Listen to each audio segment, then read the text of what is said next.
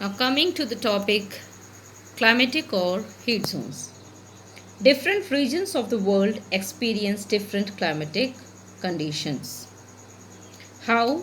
Based on the heat received from the sun, the earth is divided into three climatic or heat zones: the torrid zone, temperate zone and frigid zone. तो यहाँ पे क्या कहा गया है?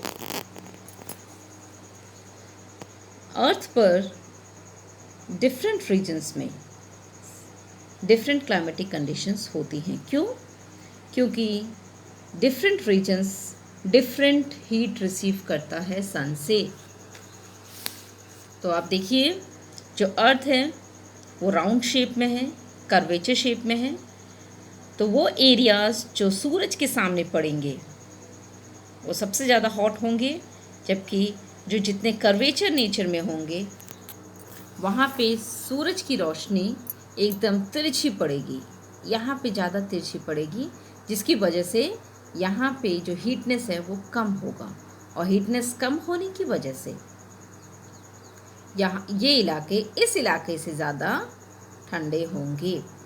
सो 0 to 23.5 degree north to 0 to 23.5 degree south is the hottest zone, which is called the torrid zone, whereas 23.5 degrees south to 66.5 degrees south and 23.5 degree north to 66.5 degree north is the temperate region. It means temperate means not more hot, not more cold. So this region is the temperate region. This region is the torrid region or torrid zone. This is the temperate zone, whereas this is the frigid zone. This is frigid zone. It is totally cold area. 66.5 north to 90 degree north pole, 66.5 degree to 90 degree south pole. This is the coldest place of the earth. Why? Because of the tiltness of the earth, 23.5 degree, the earth is tilted towards the sun. That's why 6 months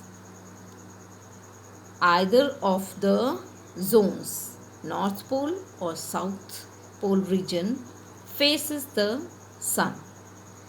तो क्योंकि टिल्टनेस है, झुकी हुई है पृथ्वी 23.5 सन की तरफ, इसीलिए 6 महीने या तो नॉर्थ पोल सन के सामने रहता है या तो साउथ पोल सन के सामने रहता है. जब नॉर्थ पोल सन के सामने होता है तो साउथ उससे दूर होता है, और जब साउथ पोल सन के सामने होते हैं तो नॉर्थ पोल उससे दूर होता है. जिसकी वजह से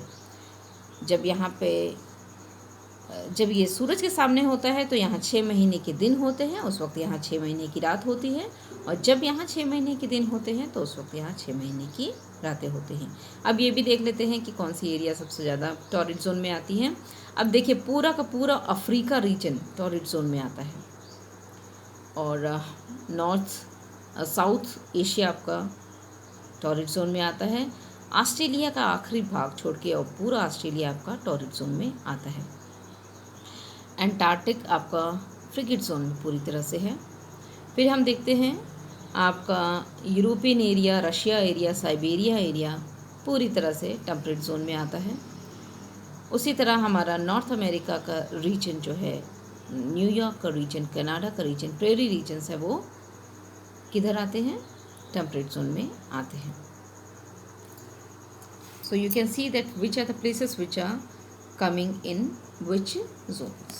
So this was the climatic or heat zones.